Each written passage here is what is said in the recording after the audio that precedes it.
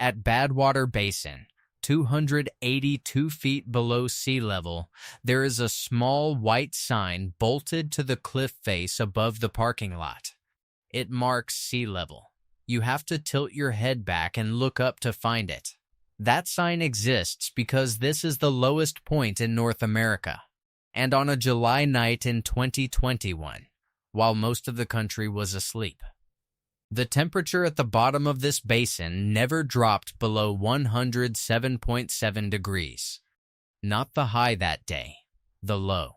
The coldest hour of the coldest part of the night, and it still felt like standing in front of an open oven.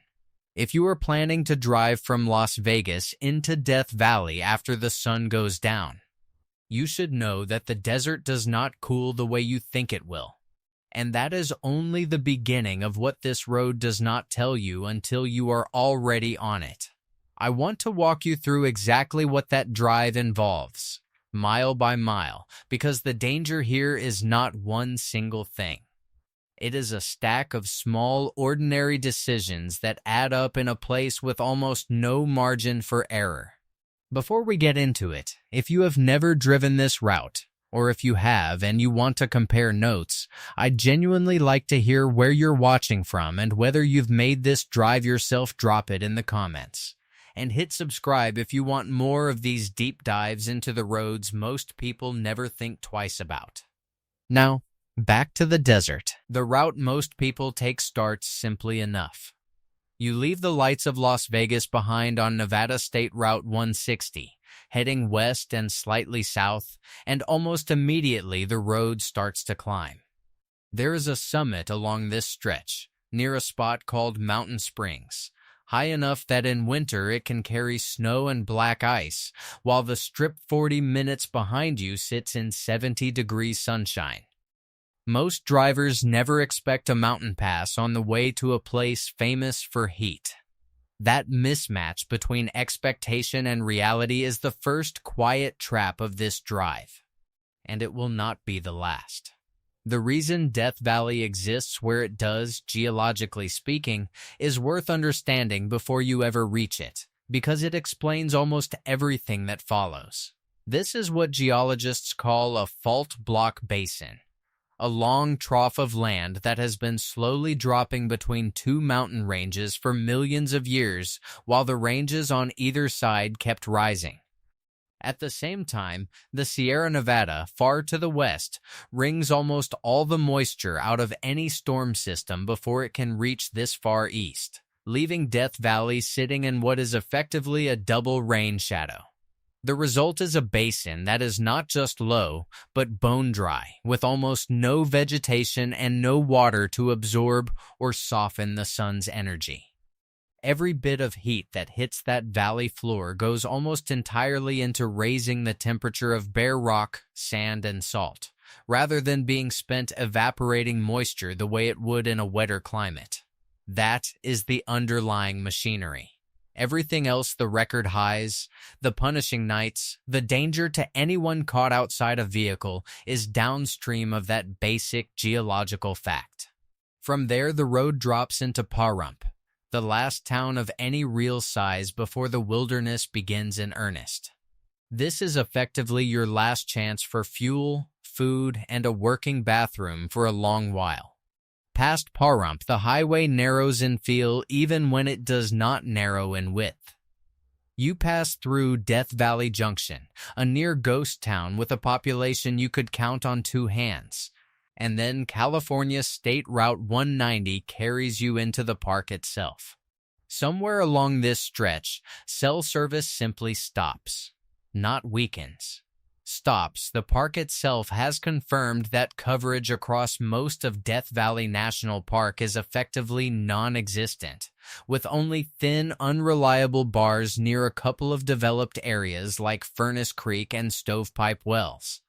Outside of those two pinpricks of signal, you are driving through one of the largest national parks in the contiguous United States with a phone that is, for all practical purposes, a flashlight and a music player. Here is why that matters more at night than during the day. In daylight, if your car overheats, if you blow a tire, if you simply misjudge a turn and end up on the shoulder. Another vehicle will likely pass within minutes, because Death Valley in the cooler months and even through parts of summer draws a steady stream of tourists. After dark, especially outside of the main sightseeing season, traffic on these roads can thin to almost nothing. You might sit for 30 minutes, an hour, longer, without another set of headlights appearing in your mirror. And you cannot call anyone to tell them you are waiting. The road itself is engineered around extremes that most drivers never register consciously. As you move deeper into the park on Route 190, you are dropping in elevation, sometimes losing more than 1,000 feet over just a handful of miles, with grades steep enough that rental cars and heavier vehicles have been known to overheat their brakes on the way down. That elevation loss is not incidental scenery. It is the entire reason this place is lethal. Death Valley sits in a bowl walled in by mountain ranges on nearly every side. Hot air sinks into that bowl, gets trapped by the surrounding peaks, and reflects and re-reflects off the pale rock and salt flats until the valley floor behaves less like open desert and more like a convection oven with the door left cracked. That is the actual mechanism. It is not just that the sun is strong here. It is that the geography itself is built to trap and compound heat hour after hour with almost nowhere for it to escape, even once the sun goes down. This is the detail most people miss when they assume nightfall means safety. In most deserts, temperatures fall sharply after sunset because dry air loses heat quickly once direct sunlight disappears. Death Valley does this too, but from such an extreme starting point that cooler can still mean life-threatening. On July 11th, 2021, the National Weather Service confirmed that Furnace Creek, the park's main developed area, hit a daytime high of 130 degrees. The following morning's low, recorded right before dawn, was 107.7 degrees, the highest overnight low ever recorded in North America. A meteorologist with the National Weather Service office in Las Vegas explained it plainly afterward. Your body expects to cool off at night, and when it cannot, it does not get the recovery period it needs before the next day's heat arrives. If you are driving through that kind of night with your air conditioning struggling and your windows cracked for even a few minutes at a rest stop, you are not getting a break from the heat. You are simply experiencing a slightly less catastrophic version of the same thing. Now let's talk about what actually happens to people on this road. Because the statistics only mean something once you understand the individual decisions behind them. Start with the count itself. Park officials and independent reviews of National Park Service incident records estimate that Death Valley sees somewhere between 1 and 5 deaths a year tied to extreme conditions, depending on the year and how broadly the count is drawn. A separate tally of Park Service data covering 2007 through 2024 put the total number of deaths in the park from all causes combined at 68. That number includes hikers, campers, motorcyclists, and notably people who never left their vehicles at all. One of those vehicle-related cases, drawn from a review of park incident records, involved a 57-year-old man named Peter Hayes Robino, who died of hyperthermia after his car went off a 20-foot embankment at the edge of a parking lot. Not a remote trail, not a backcountry road, a parking lot. The specifics of how the vehicle left the road were not part of the public record I could verify, but the outcome is documented plainly, a short, survivable-looking mistake. In a place where the margin for that kind of mistake essentially does not exist once help is more than a few minutes away. Then there is the case that best illustrates what happens when a normal decision: take a shortcut, follow a road that looks passable, trust a route that isn't the one everyone else uses, meets this landscape's total indifference to intention. In July of 1996, A family of 4 German tourists checked out of their hotel on the Las Vegas Strip and drove toward Death Valley. Egbert Rimkus was 34. His girlfriend, Cornelia Meyer, was 27. Between them, they had 2 sons, hers 4 years old, his around 10. They had rented a Plymouth Voyager minivan in Los Angeles at the start of a 3-week tour of the American Southwest, and security footage from a Las Vegas casino a few days earlier showed them relaxed, healthy, and in good spirits after a run of luck at the slot machines. The last confirmed sighting of the family was in the small Mojave Desert town of Baker, California, on July 21st. After that, nothing, for months. When investigators finally located their van, it was not on any road tourists are meant to drive. It was stuck in sand on Anvil Spring Canyon Road, a rough, largely impassable track accessible only to serious 4-wheel drive vehicles, far from the paved routes most visitors ever see. 3 of the minivan's tires were shredded. The doors were unlocked. Sleeping bags, empty water containers, and a park information booklet sat inside, along with rolls of undeveloped film. The keys were gone. So were the family's passports and personal effects. A visitor logbook near a remote mine site on the route between the main valley floor and a place called Boot Valley carried an entry in German. Dated July 23rd and signed with all 4 of their names, they were heading over a pass one that, investigators would later determine, their rental minivan could never have physically crossed. A search involving dozens of personnel, several helicopters, and search horses combed the area that October and found nothing more than a single beer bottle beneath a bush, 1.5 miles from the abandoned van. Authorities called off the search after 3 months.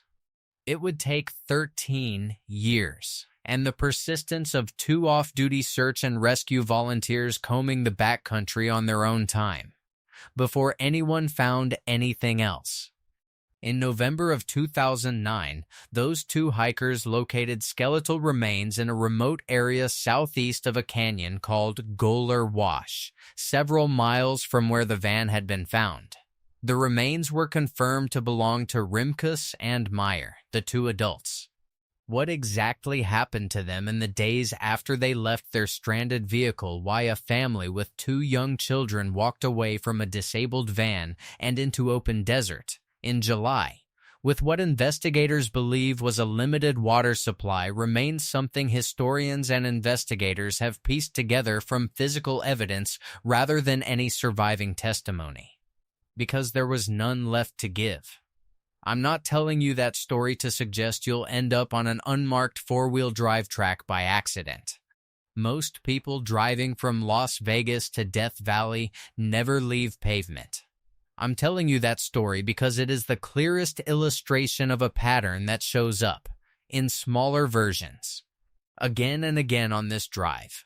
A family that had already handled several long, competent days of desert travel, faced with one route decision that looked reasonable in the moment, in a landscape with 0 tolerance for being wrong.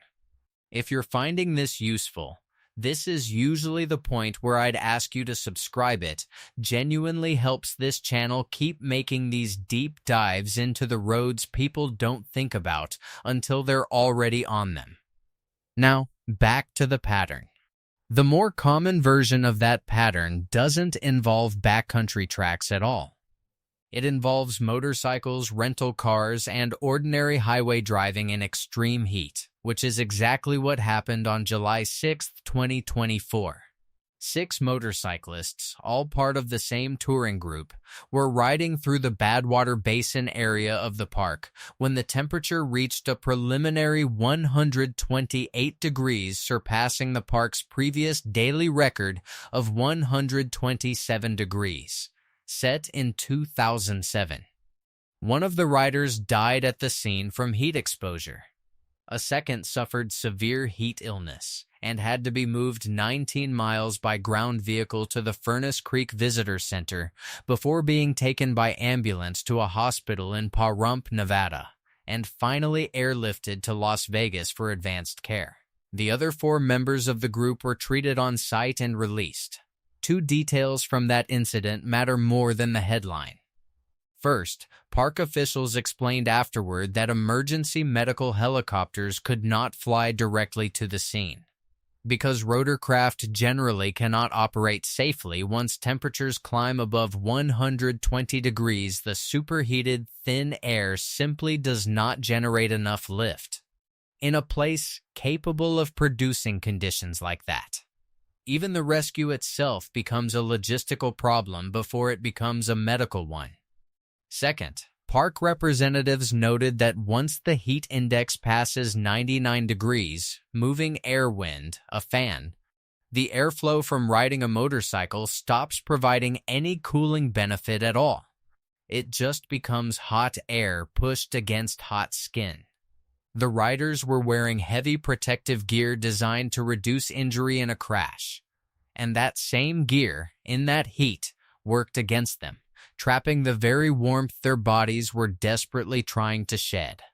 Superintendent Mike Reynolds addressed the incident directly afterward, describing the very real threats posed by heat at that intensity, and urging visitors to think carefully about which activities they attempt and when, particularly avoiding long stretches outside an air-conditioned vehicle once temperatures climb into that range. It is a measured official way of describing something much simpler. In Death Valley, the vehicle itself, sealed and cooled, is often the only thing standing between a visitor and a medical emergency. Step outside it, or lose the ability to keep it running, and the equation changes immediately. That single fact reframes almost everything about driving this road after dark. Your car's air conditioning is not a comfort feature here. It is closer to life support, particularly in summer and particularly at night when you might assume you no longer need it. A failing alternator, a slipping serpentine belt, an overheating radiator working overtime on a downhill grade with the ACK compressor underload, any one of these ordinary mechanical hiccups, survivable on almost any other American highway, becomes a genuine emergency here, especially once you are past Pahrump and into the stretch where a phone stops being useful for anything but a flashlight. There's also a slower, quieter version of the same danger that has nothing to do with breakdowns. It shows up almost every summer in the park's own incident reports. 2018 was Death Valley's hottest month on record at the time, with an average temperature, including overnight lows, of 108.1 degrees. Daytime highs stayed at 120 degrees or higher for all but one day across the back half of July, and the valley floor hit 127 degrees 4 separate days in a row. During that same stretch, a 57-year-old man named Peter Rode from Huntington Beach, California, died after heat contributed to a fall while he was hiking toward Panamint Butte. In a separate incident during that same heat wave, 2 tourists visiting from France attempted to descend directly from Dante's View, an overlook at 5,475 feet, down a steep, loose slope toward Badwater Basin, 2,800 feet below sea level, trying in effect to shortcut nearly 6,000 feet of elevation change on foot, through loose rock, in triple-digit heat. They became stranded on cliffs partway down, overheating and dehydrated, and had to be pulled out by a military helicopter based at a nearby naval weapons station. Park staff during that same period also reported finding roughly a dozen dead animals in the surrounding desert with no obvious signs of trauma or predation casualties, park biologists suspected. Of the heat itself. If the landscape is capable of quietly killing animals that are adapted to live here, it is worth taking seriously what it can do to a family in a rental car who is not. None of these incidents happened because the people involved were reckless in any dramatic sense. A family follows what looks like a shortcut. A group of riders pushes on because the group ahead of them is still moving. A hiker keeps walking because the summit doesn't look far. A driver decides the air conditioning can handle a few extra minutes with the windows down. Individually, each of those choices is the kind of small, forgivable miscalculation that almost never matters anywhere else in the country. Here, this landscape simply does not forgive them at the rate that other landscapes do. That is the actual through line connecting a 1996 family disappearance, a 2018 hiking fatality, and a 2024 motorcycle death separated by decades and completely different circumstances. Not carelessness. Just an ordinary decision made in a place engineered by geography to punish ordinary decisions more severely than anywhere else on the continent. So what does the drive actually look like today, if you decide to make it after dark anyway? The road itself is well maintained, fully paved for its entire length between Las Vegas and the main developed areas of the park, with 2 lanes running the whole way and a posted speed limit that, inside the park boundary, reaches 65 miles per hour, among the highest allowed on any road inside a national park in the country. That speed limit exists because sightlines here are often extraordinarily long, stretching for miles across open valley floor, which can be deceptive in its own right. Long straightaways at high speed, combined with total darkness and no ambient light from any nearby town, make it easy to misjudge your closing speed on a sudden curve, a stopped vehicle, or wildlife crossing the road. The park is home to free-ranging animals including coyotes, kit foxes, and in surrounding areas outside the park boundary, wild burros descended from pack animals used during the region's mining era, any of which can appear in your headlights with essentially no warning on a moonless night.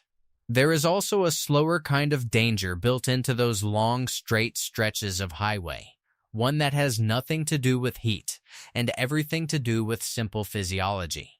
Federal traffic safety research has long identified rural highways at night as disproportionately dangerous for drowsy and fatigued driving, precisely because of the combination this road offers: darkness, monotony, few other cars to keep you alert, and hours of unbroken driving with almost no variation in the view outside your windshield. A driver who left Las Vegas after a long day, pushing on toward Death Valley in the evening because the heat of the afternoon seemed like a reason to wait, is exactly the profile that fatigue researchers describe as most at risk. It is not a danger unique to this particular road, but it compounds every other risk already stacked against you here. Because a driver who drifts, even briefly, on a highway with no shoulder lighting, no guardrail in some stretches, and long open sightlines that lull you into complacency, has very little room to recover before something goes wrong. Fuel and services are the other piece of the puzzle that catches people out. Outside of Pahrump before you enter the park, and Furnace Creek and Stovepipe Wells once you're inside it, there is functionally nowhere to buy gas, food, or water for long stretches of this drive. Run your tank low leaving Las Vegas. Assume you'll find a station somewhere along the way, and you can find yourself doing math on remaining range in a place with no signal to search for the nearest open station, at an hour when the 2 in-park options may already be closed for the night. None of this means the drive is impossible, or that you should avoid it entirely. Millions of people make some version of this trip every year, most of them without incident, many of them specifically chasing the dark skies and star-filled emptiness that make Death Valley one of the best stargazing locations in the country after sunset. The park itself leans into that identity, promoting its status as a certified dark sky location precisely because there is so little artificial light for so many miles in every direction. That same absence of light that makes the stars extraordinary is the same absence of light, services, and signal that turns a routine mechanical failure or a wrong turn into something far more serious than it would be almost anywhere else in the country. The beauty and the danger here are not separate qualities. They come from exactly the same source: total isolation. In a landscape that does not moderate itself for anyone driving through it, day or night. If you do decide to take this drive after dark, the specifics matter more than the general advice usually offered. Fill your tank completely in Las Vegas or, at the very latest, in Pahrump, and treat that as non-negotiable rather than optional. Carry more water than feels necessary. Official recommendations for summer travel in the park suggest at least 1 gallon per person per day, and a breakdown at night does not guarantee a shorter wait than one in daylight. Tell someone your specific route and your expected arrival time before you lose signal, because once you are past Pahrump, you are effectively unreachable until you reach Furnace Creek or Stovepipe Wells, and even then only barely. Stay on paved marked roads without exception, regardless of what a GPS shortcut or an old paper map suggests, because the family who disappeared here in 1996 were experienced travelers who made exactly one deviation from that rule. Check your tires before you leave, not after you're already on the road. Death Valley's asphalt runs hot enough in summer to accelerate wear on tires that were already borderline. And a blowout at highway speed on an unlit 2-lane road is a fundamentally different problem than the same blowout on a well-lit interstate with a shoulder every few hundred feet. Pack a paper map as backup, not as a formality, because your phone's GPS is only as good as the signal it can no longer find once you're past Pahrump. And if you're traveling in summer specifically, consider timing your drive so that you are not relying on darkness alone to escape the heat leaving before dawn, so you clear the lowest, hottest sections of the valley floor while temperatures are still at their daily minimum is generally safer than leaving at dusk and driving straight into the hours when the pavement itself is still radiating the heat it absorbed all afternoon. And understand, before you leave the lights of the city behind you, that nightfall in Death Valley is not the relief it would be almost anywhere else. The valley that traps and reflects the day's heat back onto itself does not simply release that heat because the sun went down. It holds on to it, sometimes long enough that the coldest hour before dawn is still hot enough to be dangerous, as it was on that July night in 2021 when the low never dropped below 107.7 degrees. You are not driving into a cooler version of the day. You are driving into the same oven, with the door only slightly more open than it was at noon. Which brings us back to that small sign bolted to the cliff face above Badwater Basin, the one marking sea level, the one you have to look up to find because you are already so far below it. Stand there after dark, with your headlights the only illumination for miles, and the valley around you doesn't look dangerous. It looks empty and quiet and strangely beautiful, with more stars overhead than most people ever see in a lifetime. That is precisely the moment this road wants you least prepared for.